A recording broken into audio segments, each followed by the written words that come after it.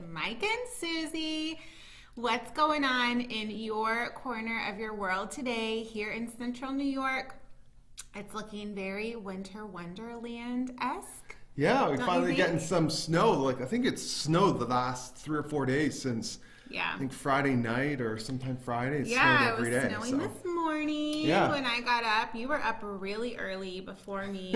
I had a hard time going to sleep last night, and then I ended up sleeping in longer than I wanted. You were already gone. Yeah. You even left our daughter home. I know. Well, she texted me. She's like, "Where are you?" And I'm like, "I left. I looked downstairs. There was no lights on, and I figured instead of her running around crazy and stressed and being late anyways, that..." You thought you were doing her a favor. So our oldest daughter, our 13-year-old, well, they all have at-home school right now, and you've been bringing her to work with you. Right. Just so that we can kind of make sure she's staying on top of everything. She's a great student, gets really good grades, but she's been coming in with you really early, so like around 7 a.m. And this morning when I came down, she was already working on her schoolwork, but I'm like, "What are you doing still here?" And she's like, "Dad left me." And I said, "Oh, well, I'll take you." And she's like, "Well, I'm already set up here." And so I left her at home this morning. Yeah, I told her, just go ahead, stay at home, and do your work from home. Okay. And we won't worry about it today, so... But she didn't seem very impressed. We didn't talk about it last night, and yesterday being a holiday, and I just... I think they stayed up a few later than normal over the weekend, and I'm like, you know what, let's just not mess with it. And we didn't talk about it last night, but clearly she was up and ready, but... What'd you guys do for Martin Luther King Jr. Day? Anything special, anything exciting? Did you have the day off? That's always nice. Yeah.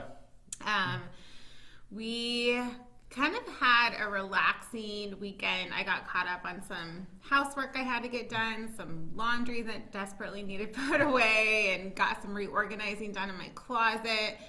And we also had a family game night. Yeah, that was fun. Yeah. What games do you guys play? Oops, I just knocked the microphone.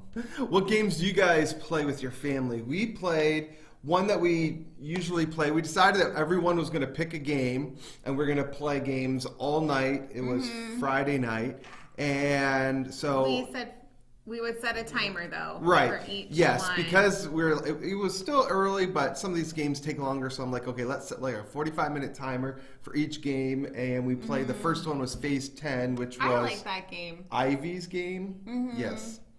It's just a card game, and it's a little competitive. It was fun. So, but I don't think I won.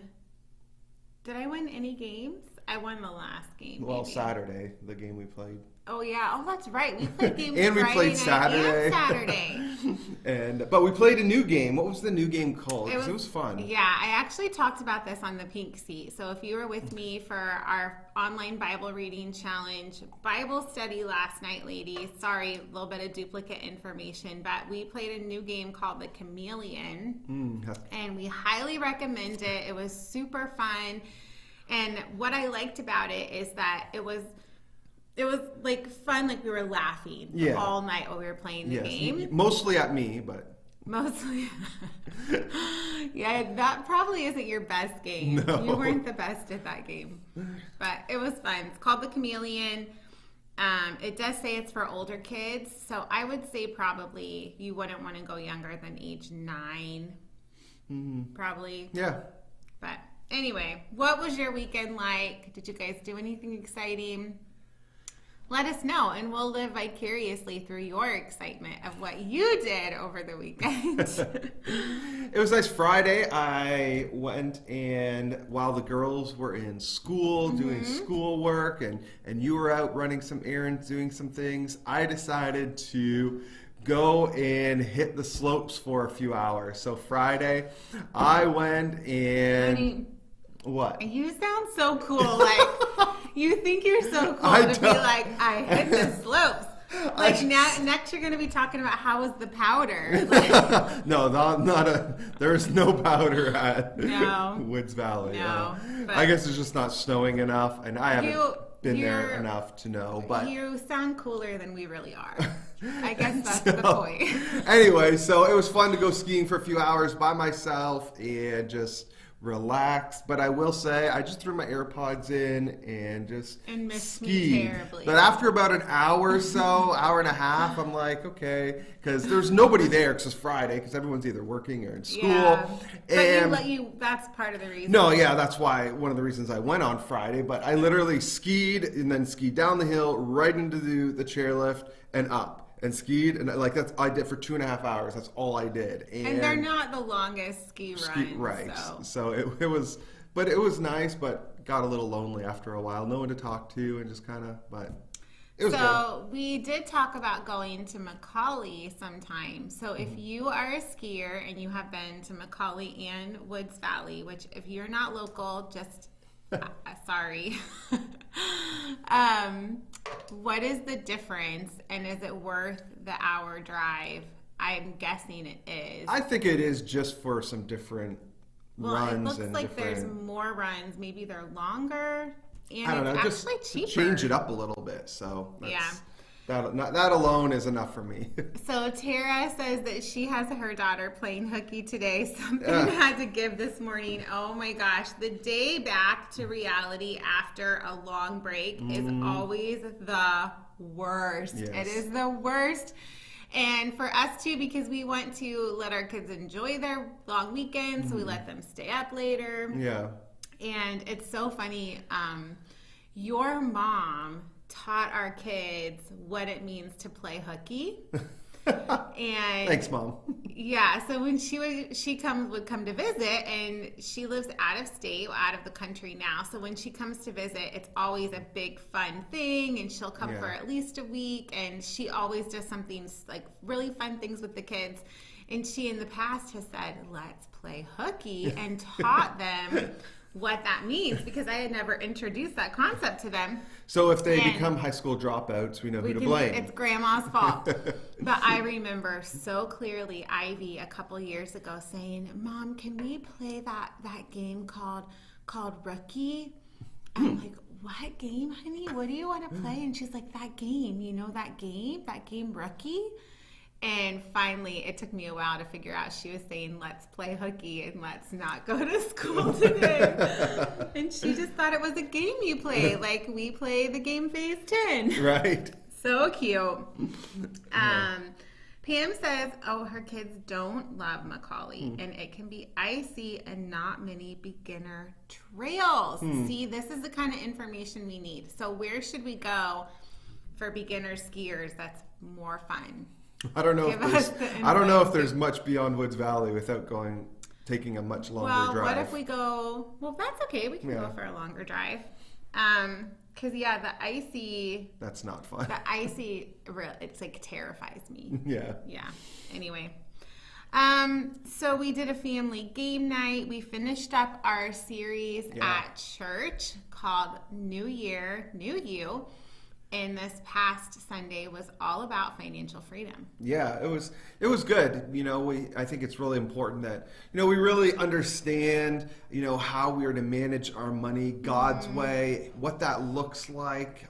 And it's so important. It goes well beyond just, giving, which is, we believe a foundational component of managing your finances, but it doesn't stop there, because you have another 85 or 90% that you're responsible for, and that's really what we talked about yesterday. And so if you missed that message, you can go back and look at it on Facebook or on our YouTube channel. Yeah. But it was really good, very informative. I wanted to give people a lot of practical tools that you can use, and some scripture of, really what does the Bible say and talk about. But we also gave away a really great gift. Why don't you tell us a little bit more? Yeah, so this is my favorite part. Not that your message wasn't great, honey, but we decided as a church to bless every single person with this incredible resource called Ramsey Plus. So you can Google it and look online if you want some more information about what it involves, or you can go back to check out that weekend service. But basically, it's every kind of budgeting tool and financial class that will help you move from where you are right now. Maybe that is under mountains of debt. Maybe you don't have any debt, but you don't have a plan for retirement. Maybe you don't know how to teach your kids about money. Maybe you have no idea how to budget. There's incredible budgeting apps there.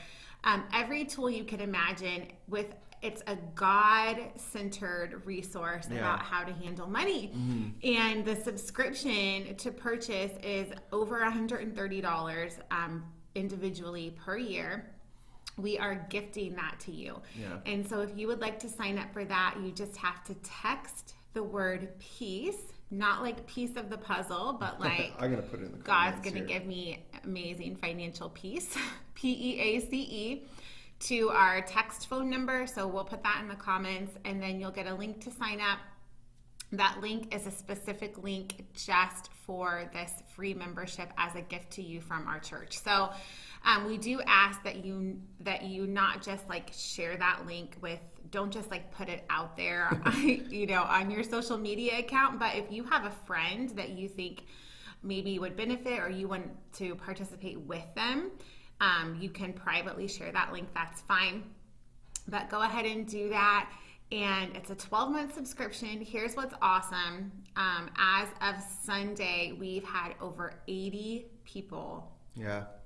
80 people hit that link to sign up. That's awesome. You'll want to make sure when you put in your information, so it will just ask you for your first and last name and your email address, but then you do have to activate your account. So you'll have to check your email and click the link to activate it. I think you set a password that will give you access for the full 12 months. So pretty cool. And inside of this, there's videos. Is correct? It's a video lesson that there you are video watch classes, that you can take. And these videos, are they all by Dave Ramsey? No, some of them are by, like, there's Rachel Cruz, there's other different teachers. And they're great communicators. This isn't going to be listening to a boring, monotone, you kind of think they're so fun. A class on money, this is going to be like dental surgery. Okay, that's not. They're fantastic communicators, and the information will literally have the chance to change your life if you apply it. Just watching the videos doesn't help. You got to watch them and then apply these principles to your life and to your money and how you manage it, budget it, spend it, and it will change everything. It's great. Yeah. And then I'm going to be teaching one of these classes, and more information will come out about that in the next couple weeks. So if you're interested in that, you also will want to make sure you text the word peace so that you can be included on getting that information. A few people are saying Gore is a beautiful ski hill. So me either. We'll have to check that out. Turin, Snow Ridge. That's pretty cool. I'm excited about that. Well, we're going to move into our marriage minute. And the verse of the day today is found in Galatians chapter 6, verse 9. And it says this: "Let us not become weary in doing good, for at the proper time we will reap a harvest if we do not give up." Yeah. This scripture keeps coming, crossing in front of my path this past probably week and a half. Yeah. And often when it comes to, there's several scriptures that talk about, sowing and reaping and harvest. And, it's, often talked about as it relates to, money and... Well, it's an earthly principle that comes from farming, right? That if you sow a corn seed, wheat is not going to grow out of the ground. But we are so foolish sometimes in that we sow things, so we invest things, we plant things, hoping and praying that something completely different is going to grow up out of the ground. Or we don't do any work at all. We don't plant anything and think little elves are going to come and do the hard work and we're going to be able to reap the benefits. But so it's this earthly principle that really God created, that what you sow, you're going to reap. So how does that apply to marriage? So sometimes we need to know that what you put in is what you're going to get out. All right, that you need to be sowing into your marriage, and this wording, it says, let us not become weary in doing good. And sometimes it can be our natural reaction that when we're in an argument, when we're disagreeing with your spouse, to be like, the thought crosses your mind like, well, why am I doing, such and such for this person? We're in a fight, we're in disagreement, I'm upset with them. That's it. I'm not going to do. You can grow weary. Yes. Sometimes you can think, what's the point? Yeah.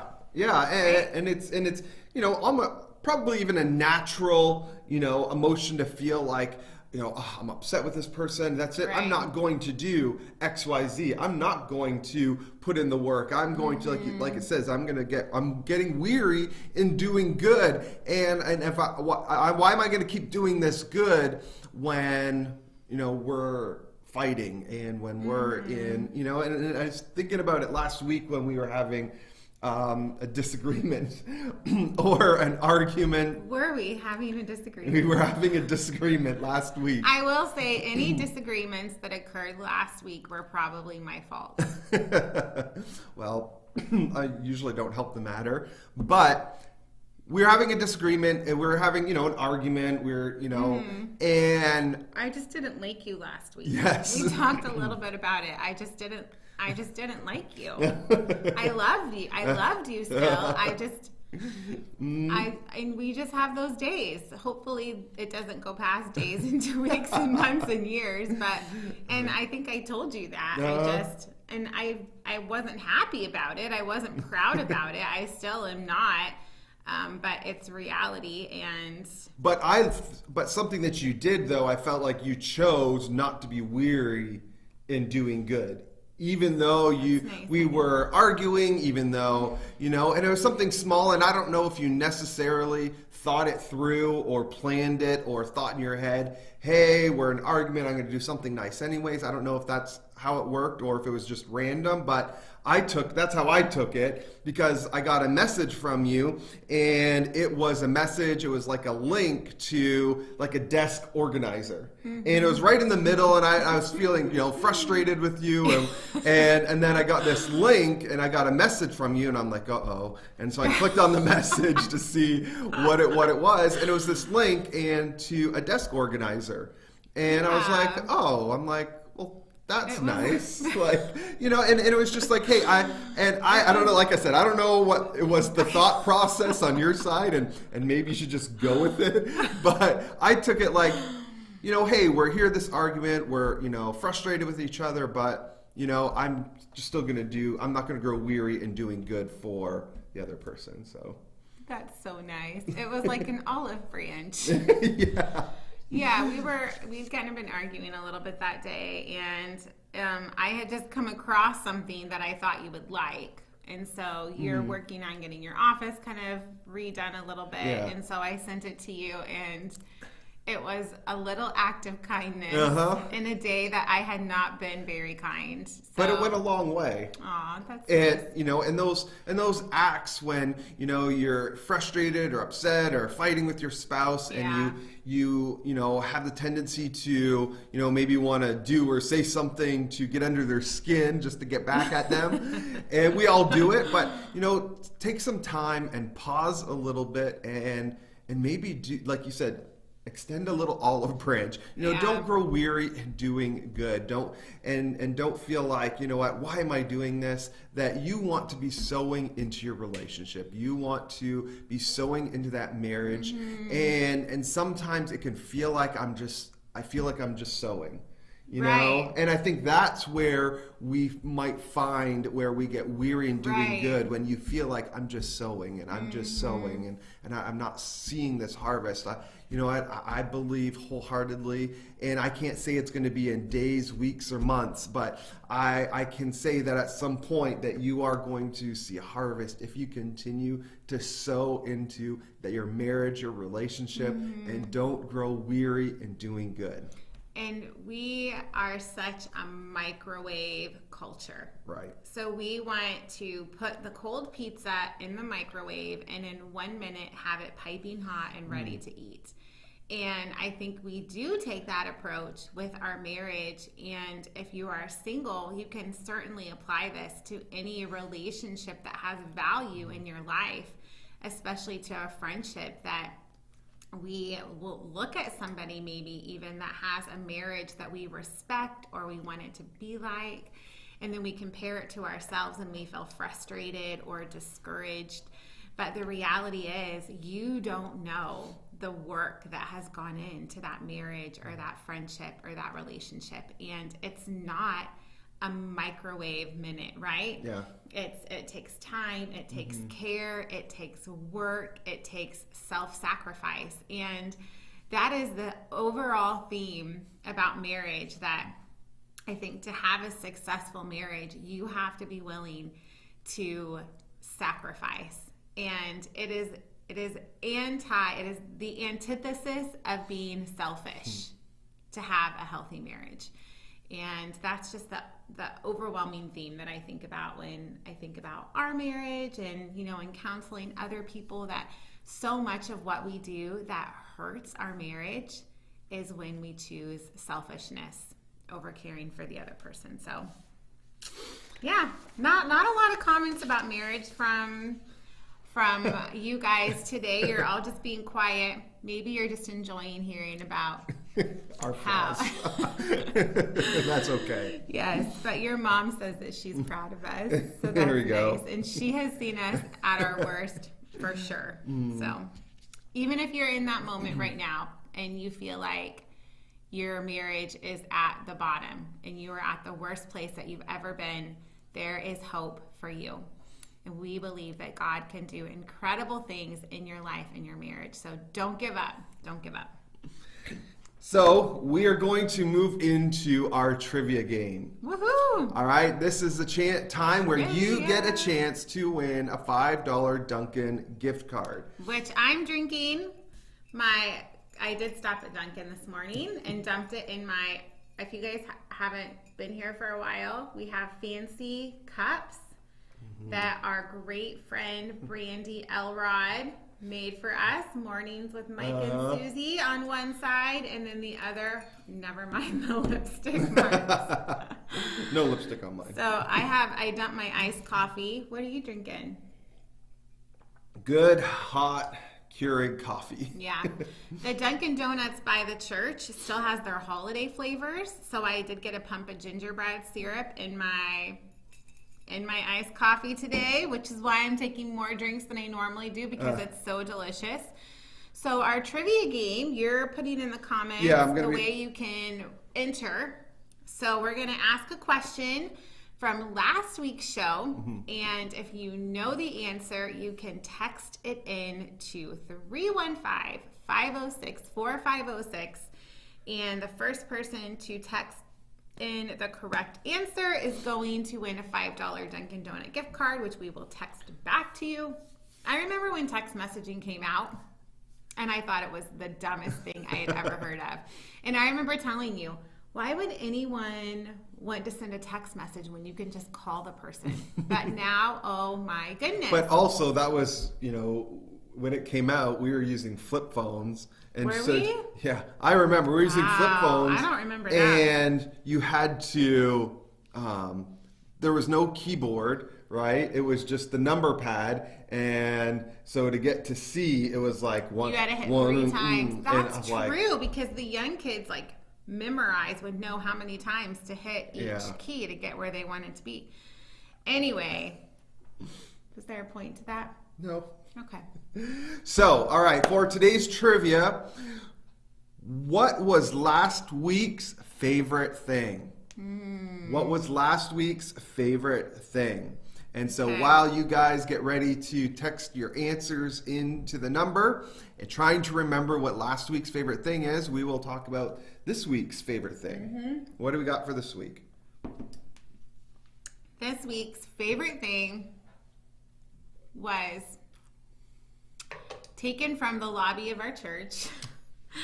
And it is this baby bottle. And the Yeah. reason why I have this is because last Sunday was Sanctity of Human Life Sunday. And it's a national, day that is recognized. And it's a day that we want to bring attention and talk about the importance of human life, especially the unborn. Yeah.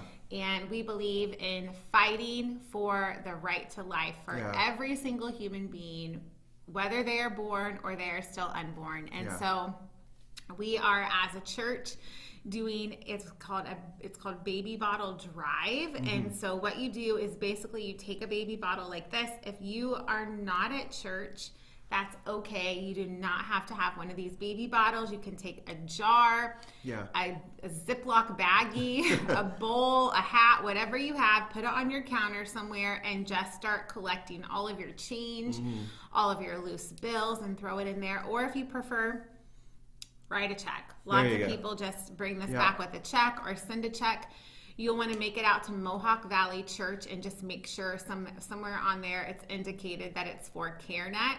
And we will make sure that every single dollar goes right to CareNet. Yeah. If you don't know, CareNet is our local ministry that supports a woman's right to choose life for her baby. So they do really incredible things. Yeah, they're a phenomenal organization. We have some great friends that volunteer there, that are on staff there. We are friends with the director of the organization. We personally support CareNet financially and just believe so much in that ministry. So here is their baby bottle for our favorite thing today, and we'll be letting you guys know when to bring those back. It's usually it's in 4 weeks. It's 4 weeks, and so we'll remind you. Such a great cause that we really want to get behind. We want to support. We want to do everything we can to assist CareNet and everything that they do for women. So. We have no guesses for our favorite thing yet. So I'm going to give you a hint. It's something you use in the shower. Something you use in the shower. I actually used it on our youngest daughter when I was giving her a bath this morning. That's all I'm going to tell you. So last night yesterday you kicked off the Pink Seats 2-week Bible Challenge. And that's going well?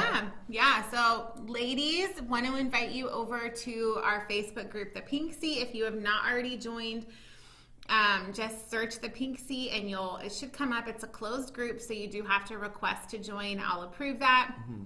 And basically, as a group of women, we are challenging ourselves to read our Bible every single day. Over the next 2 weeks, we are reading the book of Philippians, and then every Monday night at 7:30, we're having a live chat about what we've read. So would love to invite you guys to come and to be a part of that. I love it. I told you, because you were in the den in a separate part of the house, chilling while I was doing my Pink Seat recording or live chat. And how many times did I come into the den after? Yeah, you were excited. I was so excited. I was on a little adrenaline rush because it was just so fun to have so many different ladies there just commenting and interacting and encouraging each other and just focusing on the things of God.